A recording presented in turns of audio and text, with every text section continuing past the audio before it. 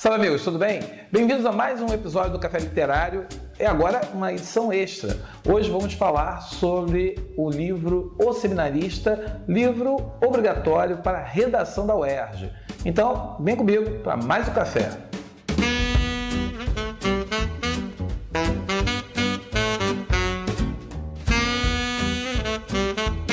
E aí, amigos, tudo bem? Estamos hoje aqui para conversar sobre o livro O Seminarista, de Rubem Fonseca. Veja bem, Rubem Fonseca, tá? Não é Bernardo Guimarães não, hein?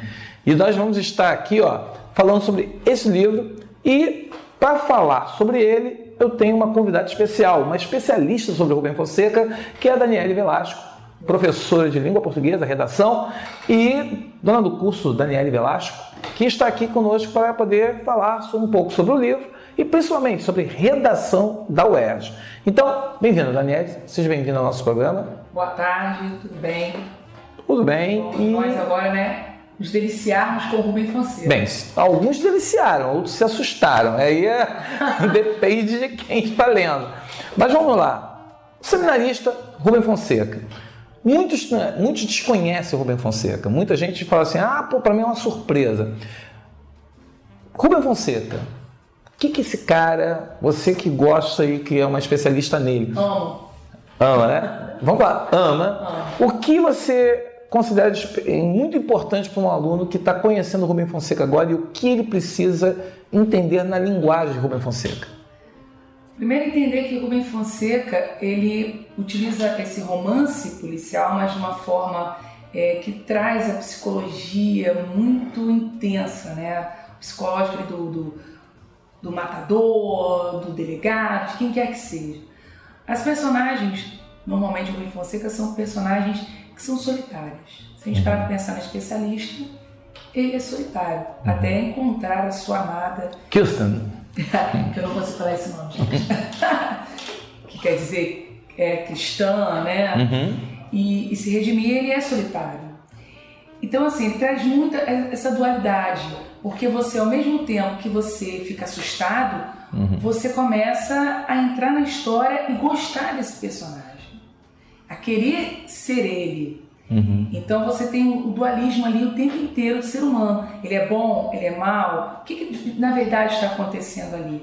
É aquela leitura aberta, em que se espera um leitor modelo, um leitor que possa ter diferentes visões. Você pode ler, ter um pensamento, eu vou ter outro, mas de uma maneira geral a gente verifica assim, a linguagem é muito rápida, não é enrolado, utiliza muito a linguagem do dia a dia, são personagens do nosso cotidiano, e tudo isso tem uma construção, até porque o José Rubem Fonseca, né, ele foi durante muito tempo comissário da Polícia Civil, ele trabalhou também como advogado, tem uma vasta experiência. E essas características do seminarista, que você acabou de falar do seminarista, é comum da obra dele? É próprio? É comum, é próprio. Se você pega na grande arte, você ao mesmo tempo você vê a divisão ali entre personagens que estão entre o certo e o errado. E o que vai ser certo? Depende do ponto de vista. O que é certo? Tá? Você tem Mandrake também. Aí você já começa a se envolver e aí você... Nossa, ele está errado? Não, ele está certo. Aqui no Seminarista, vou dar um exemplo, no Seminarista, que é a obra em questão, tem um momento em que ele ele fala que ele mata, né, o seu freguês, que é assim que ele denomina, e ele é tão bonzinho que ele dá um tiro na cabeça. A pessoa não sofre. A pessoa não sofre, morre. Isso para ele é o certo. E você começa a questionar, será que não é o certo? Quando ele mata o pedófilo, quando ele mata o necrófilo, você até vida. Isso aí é um certo humor que tem ali, porque é chamado romance negro, né? Aquela coisa que leva você ao pensamento mais interno que um ser humano possa ter. Correto. E o que pode ser certo, o que pode ser errado o tempo inteiro. Se ele mata o pedófilo, até nesse tempo aí de tantas questões, né? Justiça com as próprias mãos, será que é o correto? Bem, aproveitando essa questão do certo e errado que você colocou aqui, e você falou muito do dúbio, da ambiguidade, eu acredito que a UERJ possa pegar um pouco esse gancho para explorar como tema de redação, nessa abordagem do candidato. Sim, sim. Até porque a redação da UERJ ela é bem diferente em relação à redação do Enem. Diferente em que o Enem, basicamente, é um modelo pronto, um esqueleto, isso é fato, né? Porque você tem a cobrança dos conectores, é um exame que acaba indo mais para o lado objetivo, visto o quantitativo de pessoas, né? Que realizam. E quando você chega na UERJ, a argumentação é vida. Você tem que argumentar. Por que você pensa? Por que é certo o que o nosso especialista está fazendo? Por que é errado? Você acha que é certo ele matar o pedófilo? Você acha que é certo ele matar o necrófilo? Afinal de contas, quando você lê ali que ele pega aquela menina, né? E aí o Rubem Fonseca faz questão de detalhar a cena do corpo morto, né? Com aquele vestido de renda, que ele levanta, está sem a calcinha, né? E ele vê sinais de esperma. O que você mata? Mata esse desgraçado, ele não pode voltar para a sociedade. E aí esse lado seria o errado. Mas se você defende, desde que você tenha um ponto de vista que você consiga defender, tá valendo. Tá valendo. Não é o que o corretor quer ler, não é o que é politicamente, é o seu pensamento. É claro que quando você vai para um viés em que diz respeito aos direitos humanos, e vai contra as normas da sociedade, você tem mais dificuldade de sustentar a sua tese. Logo, essa argumentação tende a ficar fraca. Mas se é o seu pensamento, independente do que for, é o seu pensamento, utilize. Vai usar a primeira pessoa? Ok, é o seu pensamento. Porque eles aceitam isso daí, eles né? Eles aceitam usar a primeira pessoa, porque eles priorizam a autoria. Correto. A proposta de intervenção, gente, por favor. Esqueça que isso daí é totalmente diferente. Mas professor, agora já era. Agora já era. Se você escrever como proposta, só sabe escrever como Enem, então faça uma proposta ampla. Esqueça os filósofos. Pensa assim, o que eu estou defendendo? Por que eu estou defendendo? Se você terminar de escrever um parágrafo argumentativo e ficar muito... E o que eu quis dizer com isso? Tá falho. Tá falho e não se sustenta. Não se sustenta. E aí eles falam muito em pertinência e suficiência, né? Que você tem que ter uma pertinência e suficiência na argumentação. E aí muita gente fica preocupada até porque... eu nunca vi os textos da UERJ, como é que... O Enem ainda publica as redações nada bem, mas a UERJ eu não vi, aí eu não sei como é que vai ser a cobrança. Então, eu sempre falo com ele, siga essa questão da autoria. Da autoria, para você ser autor, você tem que ter leitura. Assim, precisa ter base. Por isso que colocaram o livro. E o livro aqui, o livro é o ponto de partida para isso daí, para esse projeto. E aí que está a grande questão. Aí eu volto a bater aqui na tecla. Eu falei do duplo, do ambíguo. E a violência enquanto tema? Você tem várias janelas. O livro dá várias... para você abordar. Até mesmo a questão dúbia da violência, como você falou. Da violência, você tem a questão da justiça com as próprias mãos, a questão do armamento, que vamos em discussão, né? Com certeza. Temos aí a questão... Da impunidade. A gente tem aqui, esse livro é tão fantástico que ele tem a Lava Jato aqui dentro. Sim. De uma maneira ou de outra, a gente tem aqui... Tem o caso da Marielle. Marielle é um caso que também você pode pode linkar. Sim. Você não tem que se preocupar na utilização de filósofos, mas de conhecimento. Eu tenho que estar ligado naquilo que está acontecendo, porque a UERJ é muito atrelada a essa questão do Rio de Janeiro. Rio de Janeiro que está acontecendo. Então, assim, você está acompanhando a leitura do jornal, está acompanhando o que está sendo discutido dentro da mídia, dentro da cidade. E assim, se nós pegarmos os últimos temas, né? Cidade Partida, que usou lá o nosso Zoeni Ventura, a questão que depois eles vieram falando sobre Cidade Maravilhosa para quem? Tudo isso aí são caminhos. Até o ano passado, a questão do Bentinho, né? Que pediram para ler, você leu o Dom Casmurro. Alguns colocaram como resumo. A UERJ não está pedindo resumo, resenha, nada disso. Mas você utiliza o livro até para mostrar que você leu, em termos de um prova disso, uma comprovação da sua argumentação. Sim.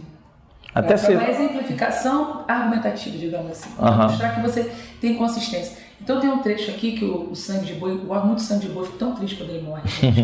Porque ele, na verdade, ele era o grande amigo dele. Né? Depois a gente vai entrar mais no livro, falar um pouquinho do livro. Ele era um grande amigo. E ele fala para o Zé, né? Ele fala, Zé, que é o José, o nosso personagem. Zé, existem pessoas que precisam engolir sapos para sobreviver e outras que matam os sapos. Se a gente pensar no caso da vereadora, ela, na verdade, ela não engoliu o sapo, mas ela acabou pagando com a própria vida, por defender um ideal. Correto. Tá? Então são vários temas. Ele vai entrar na questão da justiça com as próprias mãos, que nós estamos falando do certo e do errado. Será que não era certo matar o pedófilo? O primeiro assassinato que ele mostra pra gente que ele comete, como um assassino de aluguel, é o Papai Noel. Matou o Papai Noel. Por que ele matou o Papai Noel? Não volta. Matou porque matou e aí fica quieto. Logo em seguida, ele vem com o pedófilo. E aí ele é um herói, né? Porque ele mata o pedófilo. Ele pega o menino, vai até a comunidade, que o menino mora, pega o dinheiro todo do pedófilo que tinha antes de matar, faz o cara abrir o cofre, botar todo o dinheiro dentro e leva. E aí ele diz pra mãe, olha, não quero mais que você trabalhe, você vai tomar conta desse moleque. É muito simbólico isso, né? Muito. Porque a gente começa, uma das coisas assim, que eu falo da violência e que de repente a sociedade ela não para discutir, são as pequenas violências que vão levando a essas grandes violências. Você tem a violência da criança que não tem escola para estudar, a violência... a mãe precisa trabalhar, no caso que a mãe precisa trabalhar, deixou o menino sozinho, e o pedófilo que tem grana, que é uma pessoa de classe alta, chega, nem média alta, é alta. Com certeza. Chega e vai oferecer doce, leva. Ele tem uma parte do livro que ele justifica todos os que eu matei mereciam morrer. E você pensa, nossa, mereciam mesmo, mas ele leva a gente a pensar assim. Você é induzido pelo olhar dele. O olhar, mas você como leitor, você pode também não aceitar aquilo. É de acordo, eu costumo dizer aos alunos o seguinte, cada vez que eu leio esse livro... Você vê uma coisa diferente, né? E mais eu amo. E mais eu amo, porque assim, você observar alguns detalhes, essa questão dele estar sempre tomando remédio, será que ele não está alucinado? Como é, só para completar essa questão do certo e do dualismo que existe, como é que um cara que é um assassino frio, ele se apaixona, ele lê Camões, ele sabe frases em latim, ele quando vê a Kristen, falei certo agora? Se não falei também, a gente tá bom.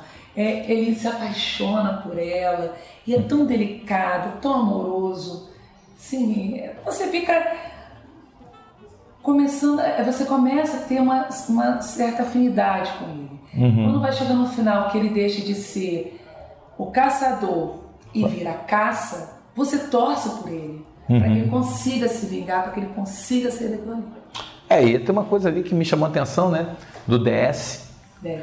Que é essa questão da violência, que a violência não está apenas nas classes mais baixas, mas aí você aparece que você tem uma elite, uma classe privilegiada que mantém esse cenário da violência e que, quando se fala vamos combater a violência, as pessoas sempre olham para os mais baixos, olham para os mais pobres, mas as pessoas esquecem que... O morto, mas ninguém vai matar o que está acima porque ele vai ter um excelente advogado. Aliás, ele coloca isso sobre a questão do advogado, né, que chega e resolve rapidamente o problema dele e ele não fica nem mais, né? Tudo bem.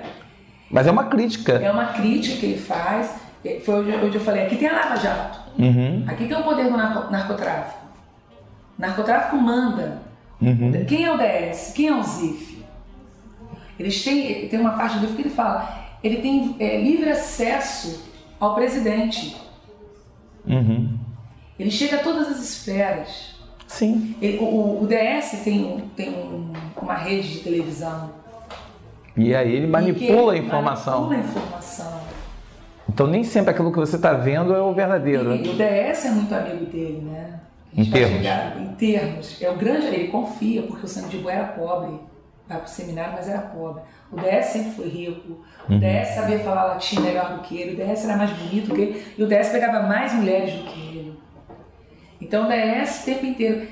E quando chega ao final do livro, que você tem a revelação de quem é o grande vilão, quem é o grande interessado naquilo tudo, é o DS. DS que acaba ali, quer dizer, que usa da amizade, que usa justamente dessa coisa da aproximação para poder justamente fazer uso, quer dizer, como ele mesmo diz, né? pro Zé, que fica surpreso, falando assim, poxa, como? Como? E a gente vibra na hora que ele vai matar o DS. Que ele arranca a língua do DS. E ele utiliza a língua do latim, que é a língua morta, enfim, ele tem a língua representatividade, que depois volta, né, no livro Carne Crua, foi lançado no mês passado, tem um retorno aqui do especialista. E aí você fica já com pena dele, que já tem outro despachante, porque ele não para de matar. Ele diz que ele vai parar, que ele se aposenta, ele se apaixona, e depois ele volta, uma justificativa para ter voltado. Mas uma pessoa que é um matador frio, calculista, ele não vai se aposentar. Mas o livro já termina assim, que é ele se identifica como seminarista. Como seminarista, não mais como especialista. Especialista, aí no caso. E aí tem uma coisa que me chama muita atenção nesse livro, que é a possibilidade de redenção. Ele quis mudar de vida, ele quis deixar de ser matador, ele quis se abandonar. Pra gente que ele queria. É a pergunta que fica. A gente pode enxergar dentro desse livro que ele, de alguma forma, mostra pra gente que a própria sociedade, ela te rotula, tem um preconceito e ela explora isso. Por mais que você queira ultrapassar uma linha, a sociedade impõe limites. Isso pode ser um tema. Como que a sociedade, ela te rotulou uma coisa e você até quer sair disso. Aquilo que é o certo e que é o errado. Né? Ele vai voltar no quê? O que para ele passa a ser certo. Então a sociedade pode achar que é errado, mas para ele é certo. Correto. E o que é certo para a sociedade pode ser. Mas ele, em momento algum, ele diz que é certo para a sociedade e errado para ele. Ele considera que o que ele faz está correto, então ele está rotulado como matador. Ninguém sabe que ele é um matador. Mas ele sabe que as pessoas que estão em volta dele ali, né, os que são interessados, como o DS, o Zif, sangue de boi, o despachante. Então ele tem essa visão de querer reafirmar. Porque a gente pode entrar numa outra questão. É ético? A ética aí depende do ponto de quem está ali. Né? O crime do Padre Amaro mexe muito com isso, né?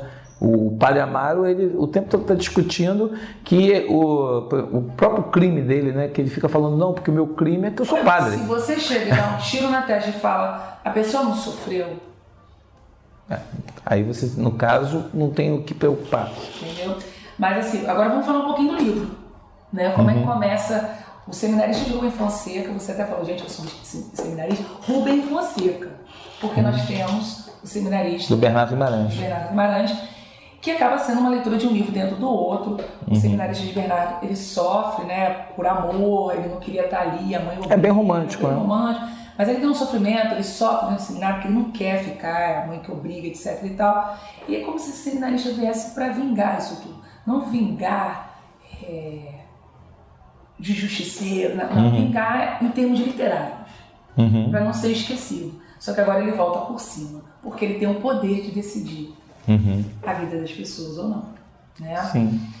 Quando você entra na questão, por que seminarista? A mãe dele manda ele para o seminário, mas ele não fica. Ele termina ateu, ele não acredita em crença, ele não acredita nos valores da sociedade. E até essa coisa dele ser um matador é uma forma dele simbolicamente deixar de lado as crenças da sociedade. Sim, ele não... A postura dele, a forma como ele se relaciona, no seminário, ele é como se ele tivesse... E é no seminário que ele conhece modificado, né? Que também vira assassino, ladrão, assassino. O DS. E o DS tem uma coisa interessante de falar, né? O que seria essa questão da religião aqui dentro, né? Um pouco, que talvez isso não seja um foco maior, mas que ajuda a entender o livro. DS, tira o E, tira o U, quer dizer, coloca o E e o Deus. Tirou DS. O despachante, ele pode ser um Deus também, ou Jesus, porque ele morre e volta. Na cabeça, para o narrador, ele teria matado. Ele morre e volta, apesar que ele não questiona em momento algum, né? Isso. Aqui a gente vê que ele já está meio louco, né? Mas aqui não. É o que nós temos para hoje esse aqui, né? Então vamos deixar isso aqui quietinho. Mas enfim. E aí o que acontece? A Kristen, falei assim, quer dizer cristão, é como se fosse redentora. E eu diria que a gente tem o DS, que é o pai, o despachante, que é Jesus, e ela que seria o Espírito Santo para renovar a sua vida, por que não? Né? Isso daí os outros que analisam não veem ela como... Mas quem faz a questão da transformação em termos bíblicos? Né? E ele se apaixona por ela, ele que era um cara desconfiado, que mulher para ele, como ele utiliza, só para sexo e acabou. Satisfação. Mas ele mesmo fala, né, que quando ele a vê falando no telefone, baixo no telefone, ele desconfia, ele mesmo fala, pô, na minha carreira, na minha profissão, desconfiar é tudo.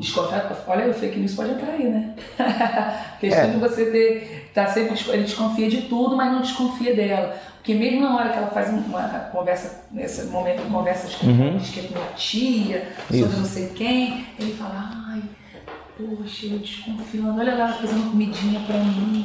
Sim. E ele volta a matar para protegê-la e o despachante, que é o pai dela, né, cara? É o pai dela. E aí você vê, né, o pai e a filha, e ali forma um triângulo ali que uma coisa acaba levando a outra, porque ela teria, no caso, a missão de matá-lo, ou de deixar a porta aberta para que ele fosse morto. Mas o pai acaba ficando tão amigo dele novamente, que vai para lá dar a vida dele para poder se regenerar, né? Porque o despachante, depois do assassinato, ele volta cristão. Ele fala de Deus e tal, e aí ele vai depois para abusos, enfim. A gente tem aí eu escolhi alguns temas assim que eu acho bem interessantes. Que temas você acha interessante aí, que o aluno poderia pensar? É possível confiar na amizade, né?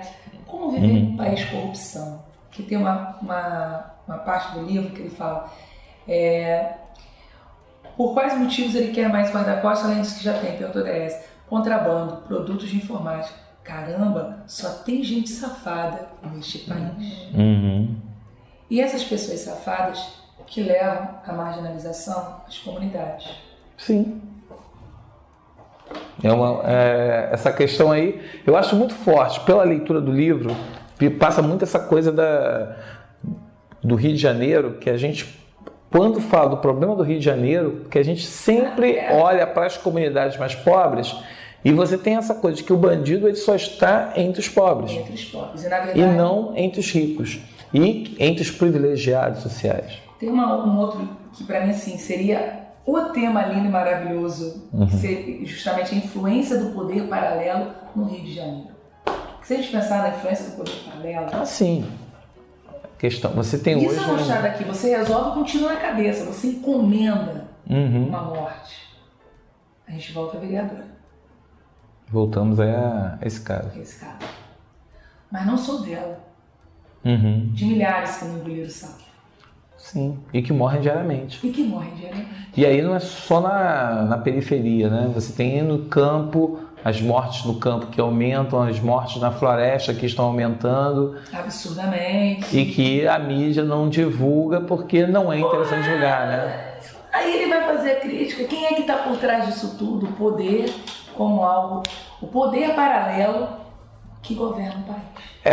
Hoje eu estava falando com alguns alunos sobre a questão de ver de novo Tropa de Elite. Sim. E o Notícias de uma Guerra Particular. A Tropa de Elite é um factual que pode ser usado, porque você até pode utilizar rapidinho, que é a questão do filósofo, você até pode usar se for pertinente, se for algo coerente. Isso. E tem uma questão de usar e você terminar aquilo ali. Não apenas colocar, porque não adianta. Ninguém está querendo saber o que o filósofo diz, mas quer saber o seu pensamento, de acordo com o tema. Que sempre é um tema que você tende a levar até para a dialética, com duas opiniões e trazendo um fechamento com a sua opinião maior. Que isso você no Enem já tem mais dificuldade para fazer. Então você acredita que o aluno que está assistindo aqui seria o ideal usar a dialética como uma forma interessante de fundamentação? Sim. A dialética mas essa dialética, lembrando que os parágrafos finais, né, os dois últimos finais, devem estar aquele posicionamento bem marcado do que a UERJ não quer ninguém em cima do muro. Sim. Isso daí é para ter autoria, né? Para ter autoria. Então eu tenho que comprovar, o que eu estou falando é real. Trazendo casos que aconteceram, beleza, mas se eu não tiver, eu posso pensar como eu vou convencer o outro. Eu li uma redação de uma aluna em que ela falava do caso da Marielle, do engolir sapos, que eu disse a ela, sensacional. Só que você ficou apenas no caso, parecia que era o engolir a goela abaixo do caso Marielle, não era. Você tinha que ter buscado falar de uma questão maior do engolir sapo. Mas ficou excelente. Sim. E aí você tem caminhos. Agora, eu acho que o mais importante é o aluno vencer essa insegurança. Liberdade. Escrita de liberdade. Para poder vencer essa barreira aí no caso. O título tem... A gente quase esqueci do título. O título, ele, na UERJ, ele é cobrado, tá? Isso é igual a PUC, né? Também. E não pode ser um título assim, coloquei um título, o seminarista, já é o título. Busque alguma coisa criativa que tenha a ver com o que você está escrevendo. Com aquilo que ele escreveu. Às vezes você pega uma ou outra palavra ali que são palavras marcantes no seu texto que você coloca como título. Eu não gosto de título pergunta, porque como é que o título vai ser uma pergunta? É difícil. Posso fazer uma pergunta retórica? Posso fazer o meu texto argumentativo com pergunta retórica? Pode. Mas a pergunta retórica é uma arte. Não é qualquer um que faz ou qualquer jeito, né? E mais, você tem que responder. 90% desse aluno não responde. Então é melhor não fazer. Agora, a UERJ, liberdade, felicidade. Gente, a UERJ é linda. Eu amo. São redações que dão prazer em você. Diferente daquela coisa assim, o tema vai ser sempre, todo mundo vai ter a mesma visão. Não, você pode ter a visão que você quiser. O texto é teu. O lance todo, eu acho que o aluno ele tem que se colocar na cabeça, isso que, de tudo que você falou aqui, eu acho que o aluno tem que lembrar isso.